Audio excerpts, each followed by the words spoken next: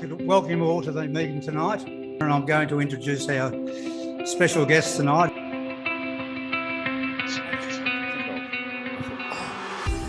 The oil will be running out of the engine. I must turn the engine off. So I turned the engine off.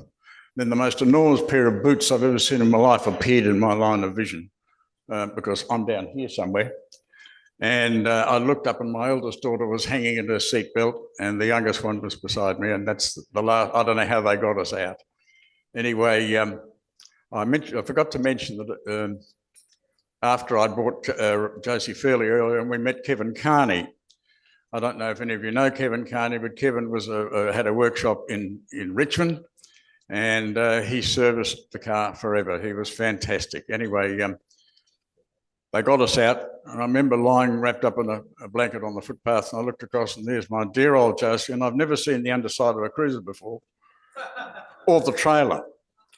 Anyway, we were whisked off to the Prince Henry's as it was, and I rang my wife up and she eventually answered the phone and I said, oh, look, there's a slight problem. And she said, what's that? And I said, well, we've been in a bit of an accident and they tell us that we can come home tonight later if somebody will come and pick us up. What happened to the car? I said, well, when I last saw it, it was lying on its side. But I've got food in the back of that car. I said, you haven't even asked about me or the kids yet.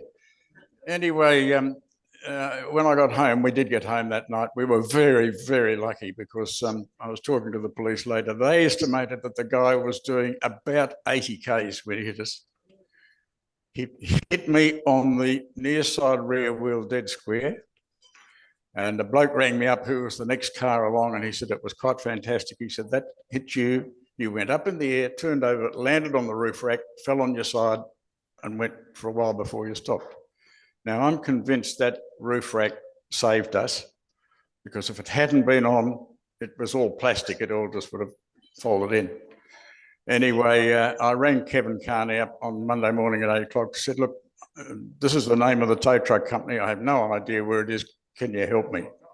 There are some wonderful people in this world. He found out where it was. He found it, got it, took it back to his workshop, and it stayed there till I was well enough to go and see him. Do you know, we did not break any glass. The thing was still square. The only thing that was wrong was he'd totally destroyed the back axle housing, which had never happened before. And Toyota didn't have any because nobody ever wanted any. Anyway, they eventually found one in Darwin and all was well, and we had it all redone and drove it for years after that, and that even cemented the love for that car even more because if we'd been in an ordinary car, I don't know what would have happened to us. But so that's that was that history of the car, and then we came. Look, I must mention Graham. First night in St. Peter's Church in East Melbourne, and I don't know, Graham, there would have been 15 of us or something. I think I'm number 006 or whatever. And to see you still here, I think it's absolutely fantastic. You know, where does 53 years go in such a hurry? But anyway, I know I'm babbling on a bit, but I feel that car gave our family togetherness because we built the house together, we went everywhere together. The girls became independent. Anything happens these days, they go and fix it. They don't ask anyone, they just borrow tools from Dad and go and fix it. And I think that's all thanks to that little Land Cruiser. Anyway, I have to apologise that I drifted away from the club because we had a lot happening in our lives, and as I said, I'd taken up trail riding, which took every weekend, and then that went from that to classic bikes, then in the Classic Motorcycle Club of Victoria, president, life member, all that sort of stuff. I think I have done 130 rallies, classic rallies over the years, as well as enduros and stuff for trail bikes, and that sort of took me away from the Land Cruiser Club, for which I apologise because I'm sure I would have had a ball if I'd had the time to stay and see the progress that you guys have made. But one little thing I would, and my wife said, you are not to mention motorcycles. She's not here and Daryl won't tell, I'm sure.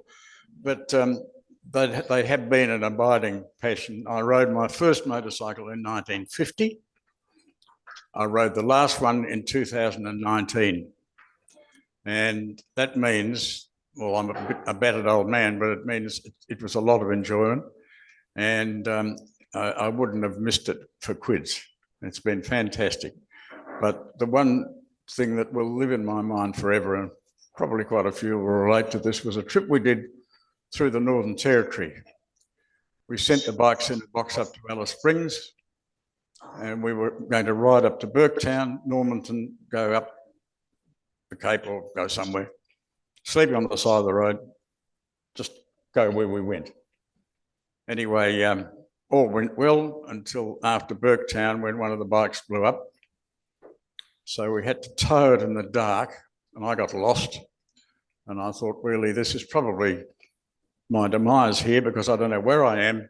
It's dark, the headlight doesn't work, there's bloody great Brahman cattle everywhere. I could fall off this thing and never be found. Anyway, I remember a yachting friend of mine said, when you're in a storm, just be strong. I think that's all you can do, really, isn't it? Anyway, we all got to Burke and Wills 5 Ways, and that was all fine. And we went to Glencurry. We got a goods train at Glencurry that night. Went overland to Hughenden, bought another bike, and redid the trip. But just a couple of little things. We stopped at the Irrandangie pub. I'm sure some of you have probably been to the Irrandangie pub. Irrandangie is 14 million acres of red soil with a pub and a store, nothing else. And the boys wanted to ride into Mount Isa. We were too tired. We said, no, we'll stay here. And we went into the pub and said, could we stay, just two of us? Met the most wonderful woman I've ever met in my life. She was well read, she was interesting, great conversation, had a great time. And my friend is a bit pompous. And he's a wine buff. And he's got 5,000 bottles of something under his cellar and all this stuff. So anyway, he looked across while we were having dinner and he said, now, what would you have in the way of a nice red? And she just looked at him and said, we drink beer here, sonny. And that fixed him right up. But we had a couple of other examples. Look, we met some wonderful people. We were 10 days sleeping out on the side of the road. And we finished up at Mackay, actually, and we were I was riding into Mackay. I got lost again. The everyone had gone. And as I came in, I saw a couple of the bikes outside the pub. So I thought, this will be good. I'll pop in here and see what's going on, have a beer. So we were chatting away, and there was a bloke at the bar, and he said, what have you been doing? I said, oh, you know, we've just ridden from Alice Springs, and it's finished. It's over. We've had a long, good time, but it's done. Huh. He said, would you like a job? I said, oh, what are you offering? Rouse about in a circus, $100 a week you keep and no questions asked. And I thought, well, that's an interesting job proposition, and maybe I should have taken it. But, you know, these are the things that you come across in areas like that. And I envy all you younger people who can get out and see this country because it's out there and so many people miss it. Anyway, look, I've talked too long. I just wanted to say thank you for coming. And if it hadn't been for Josie, it would have been missed, I'm sure. I wouldn't be where I am today. And I'm sorry I've gone on too long, but thank you for having me.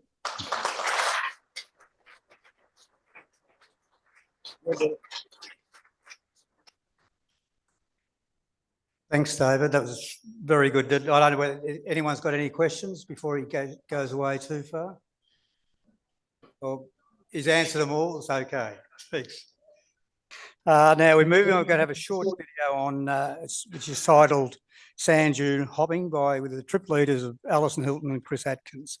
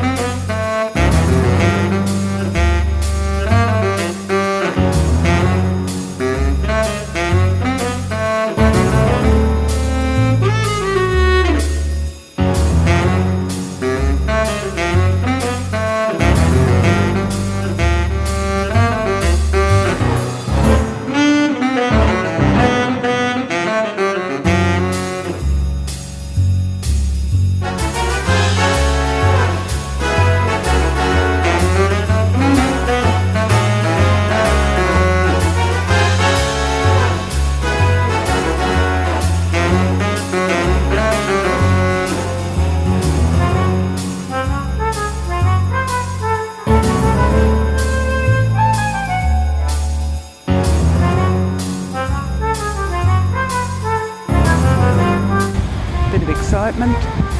Whilst I got stuck on the beach, we were supposed to be coming down here. We took a wrong turn, but that's part of the adventure. Glenn's helping, trying to snatch Wazza out, but they needed Duncan to come and help. Glenn's not going anywhere either. Weren't quite ready, but they've all got in. Yeah, Duncan's just got to reverse up the hill. Yeah. He'll be right.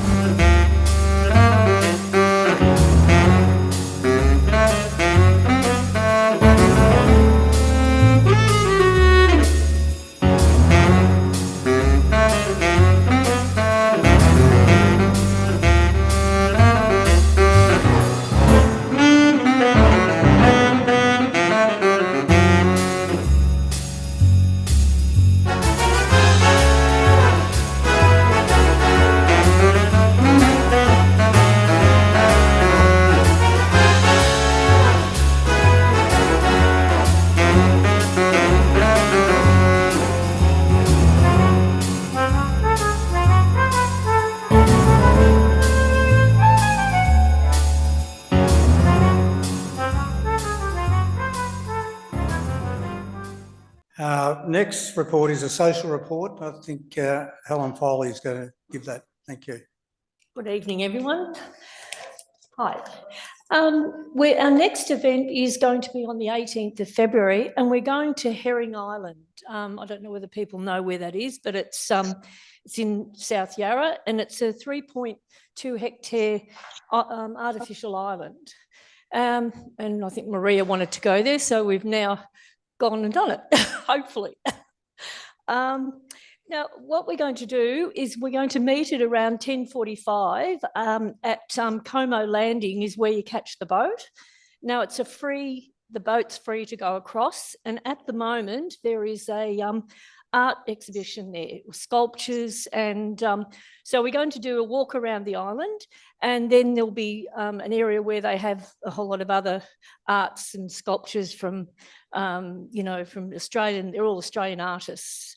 And we'd ask you, if you want to come, you need to bring a picnic lunch, because there's water, there's a water fountain, toilets, and there's seating area, but there's nothing else. So, and we thought we actually got access to hot water. So if you want to bring a mug and stuff, we'll actually supply the tea and coffee and maybe some other little cakes and things. And we'll have lunch there. So, and then once we finish with that, we get back on the boat. It'll probably be maybe 3 hours, I think.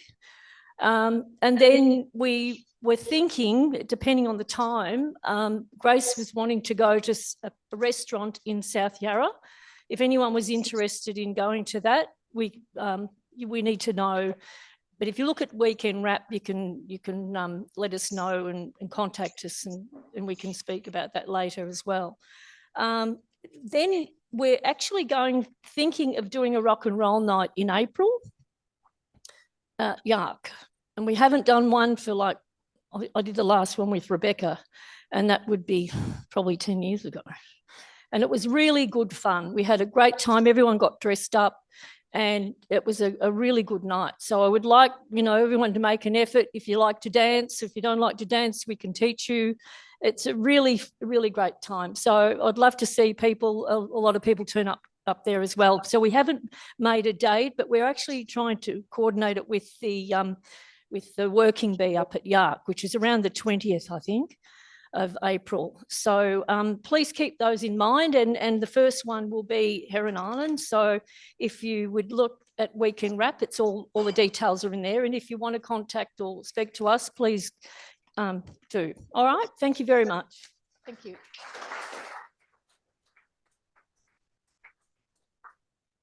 Thanks, Helen. And next report is a full drive report with Eric Bishop. Good evening, everyone. Happy New Year's to you all. Great to see the smiling faces once again. Another year of frivolity and fun up the bush, we hope. Now, four-wheel drive Victoria, not a lot to talk about because much hasn't happened over the Christmas break. There's one thing I'd like to bring to everyone's attention is that if you get onto the government website, there's a VEAC, VEAC. is a site that's talking about how the government is now trying to transmigrate all the state parks into national parks. Now, it's a fairly big deal. DECA, who used to manage most of the infrastructure and so forth, are whittling away at parks to get rid of parks out of the picture, and the state parks will become national parks. What does that mean to us? At the moment, I'm on the Four-Wheel Drive Advisory Committee with Wayne Heavey and DECA and Parks. We meet every quarter up at Spring Street. Effectively, the rights we have to go into national parks as they exist today, such as the Alpine Park up the back of Lacola and so forth, it'll be the same, except that you won't be able to take dogs in there and pets and things like that. But you need to get onto the website to have a look at it. Most things for four-wheel driving and camping are not going to be affected. Certainly the tracks are not going to be closed off, those that already exist. And that's about it for me at the moment. That's the major thing that we're going through. This all came about just before Christmas. I know they've been working on the western area of Victoria and other areas for a while, but now it's come to pass that they're going to do the whole lot across all of the state parks. And I reckon they announced all that before the Christmas break, so no one would take any notice. But get on the website. If there's any questions, come back to me and I'll raise them at the advisory committee forum, which will be in March. That's about it. Next is the webmaster report. There you go. You got a microphone? Okay, sorry about the audio issues tonight. We do seem to have a technical issue that when I play a video, the audio gets switched off to Zoom and Facebook. I didn't realise that. He just switches it off, so I've got to turn it back on. Annoying. Very, very annoying. With the webmaster as such, you'll probably notice that we've now got the magazines slowly going up for the yesteryear. I know Jan loves to see the old magazines, don't you, Jan? We've only got time. Okay, we're slowly getting them done, and Barb and I are working on them, and hopefully, I do believe Graham Wilson's put his hand up and said we can borrow a couple of magazines to try and fit in the ones we haven't got. Is that correct, Graham? Yes? Yes, I think he said. All right. I don't have a lot of other things to talk about because there's so much going on here tonight. If anybody has the desire to want to get involved in helping us, we are very thin on the ground tonight. It's just Steve and me. We've got about 5 or 6 people away, and it really is pushing us to the limit. Is that right, Steve? Oh, yeah. Yes, okay. We're doing our best, but sometimes things fall over. Any questions? No. Thank you. Thanks, Laurie. We're going to have a short 10-minute break.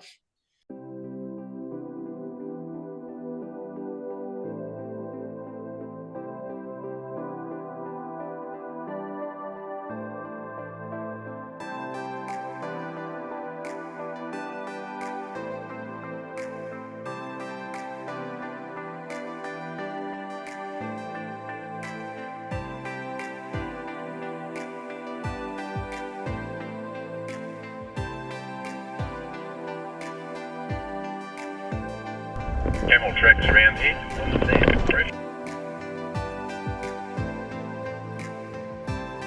I think a bit more overgrown in here compared to last time I was up here. Clearly most must drive past this track. Yeah, a lot of people go past.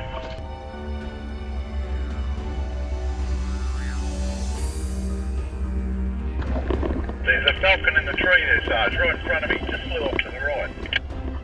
Yeah, so that no access road there is the old track into well 17. So is well 17 closure one of those where the few ruin it for everyone else? Indeed. We'll just have a drive in and we'll see what's available here and then work out where we can best light.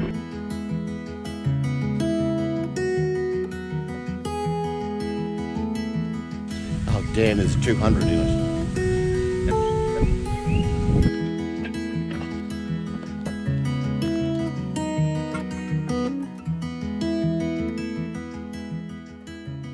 Savoury Creek 20, and that's probably where we'll get to 2021 tonight, and Wazza will be out of range at 22. Another glorious day on the canning. It's getting warmer as we're heading home. Still got the corrugations. Corrugations are never going to go away on this track, but the track changes. It just changes constantly. Here we have a small rock cave off the track with a little bit of water running down the walls, and inside the cave there's some Aboriginal art. There's the art cave. Yep. Tiny bit of water That's there. a mud hole. That's all they need, they don't care. Don't you go fast now. Mate, that would just be revenge. I'd be returning the favour. I don't know what you're doing.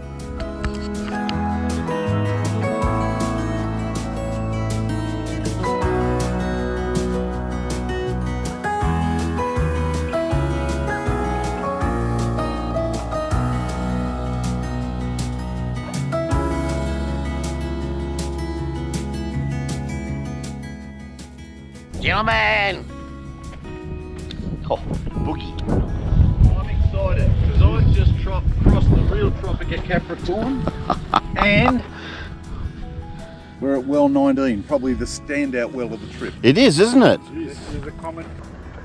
Yeah, first camp just north of Savoury Creek. It's still elevated position there, and you can just see out towards the lake.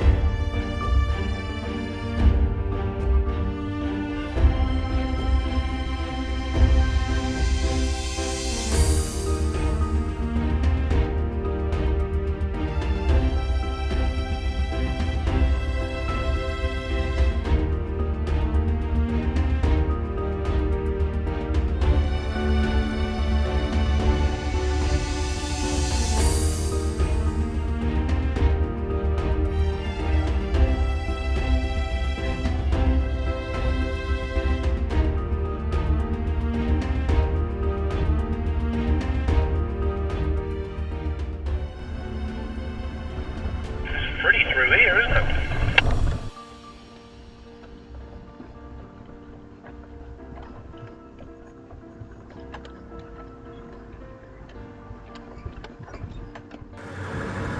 This is what I love about desert she oaks.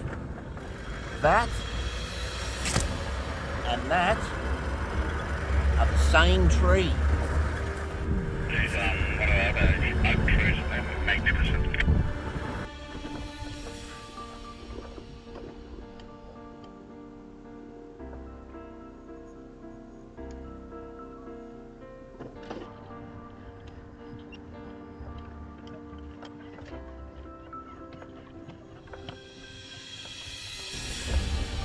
Guys, there's a sign here, so mark the corner please, left towards Georgia Port.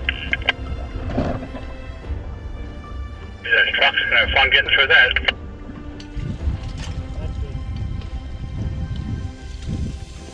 Anybody else? You did a great job there, Nisi.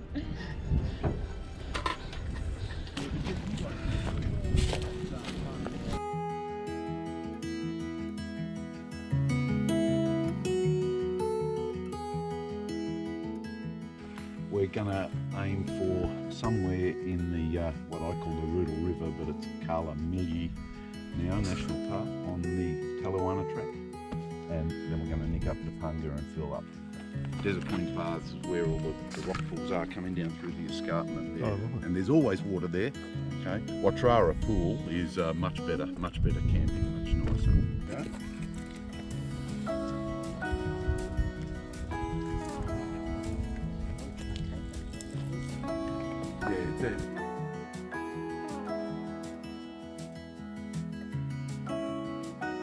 Cool. We're on the Talawani track. We've just come out of Punga. We've all fueled up. $3.20 a litre.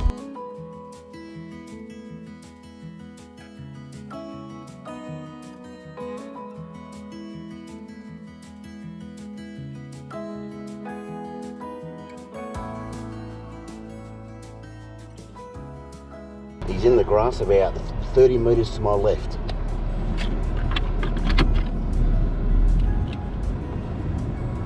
Just waiting for us to come past, is he? I think so. He's not going anywhere. He's watching.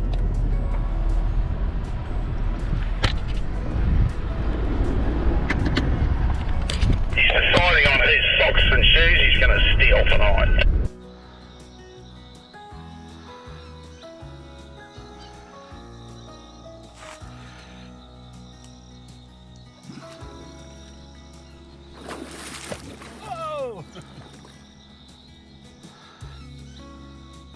Good morning. Good morning. Morning, Steve. On a selfie? Hello, Macca. We're heading back to where, I think I said it last night, back to the junction to where I said the track goes out of the park.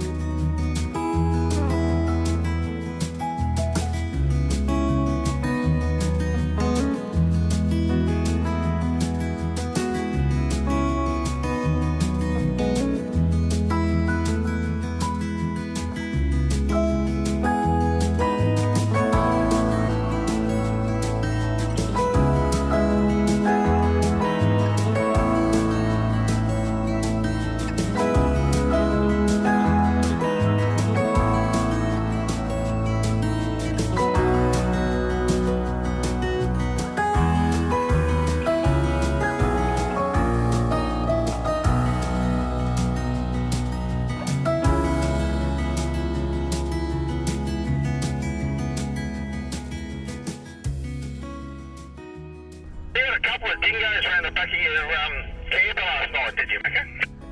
Yeah, no, just the one, mate. Just the one. Did anyone hear him in the camp last night? Yeah, I did. I did too.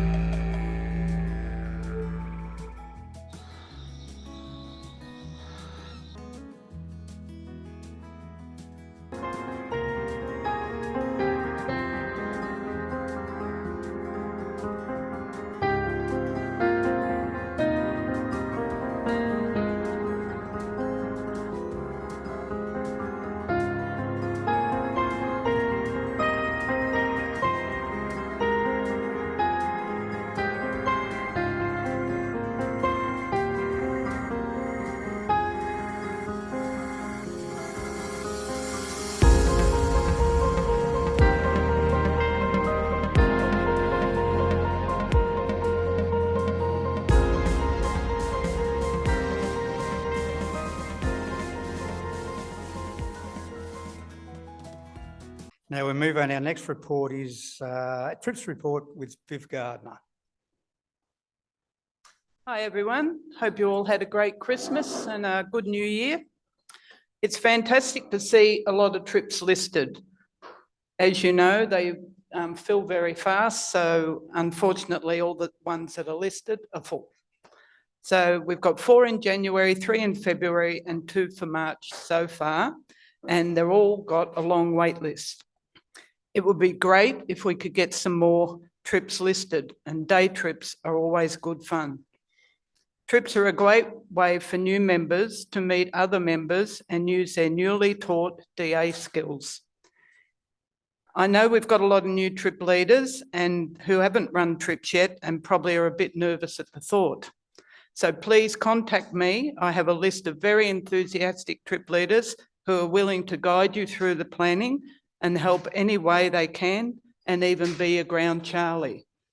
So as soon as we get more trips listed, they'll be up on the website, and thank you for that. We've got the gathering report, and Michael Martin's not here, so we'll get Neil Chambers will get up and have a quick word. For those that may not be aware, it's a national gathering. Happens every 3 years around the country. I've been to 2, South Australia and WA. We got the Guernsey for 25, and we're going to have a massive influx of people from other states who want to see this fantastic property we have, and they want to see the high country. That's something that none of them have got in the other states.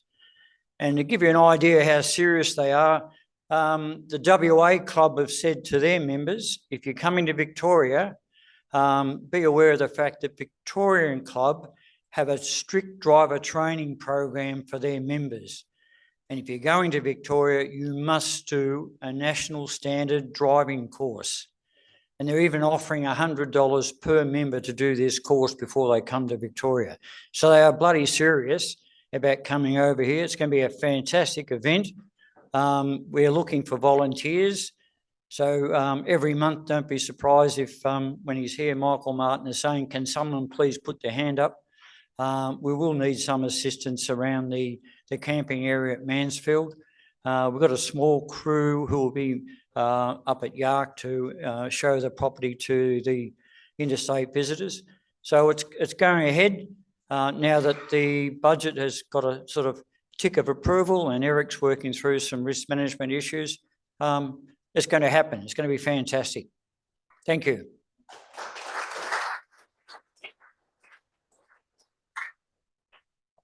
Thanks, Neil. Now we've got the driver training report. That's all right. Hopefully everybody can hear me now.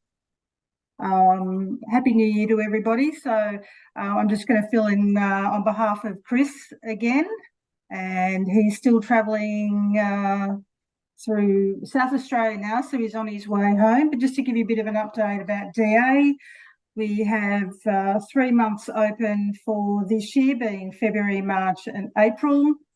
At this stage, February theory is on the 13th of February, with the practical between the 1st and the 3rd of March. And so far, we have 14 members booked in, 14 new members.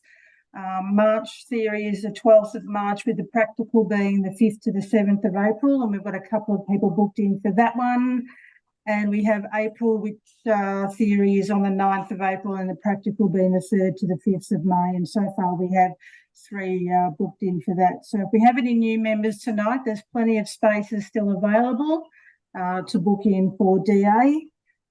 Obviously, we've had a bit of a break since over the Christmas New Year period, but I think we're all looking forward to meeting some new members and having another positive year with DA. Thank you. We've got a video on the Legends of Dargo, which is a trip run by Piers Thompson.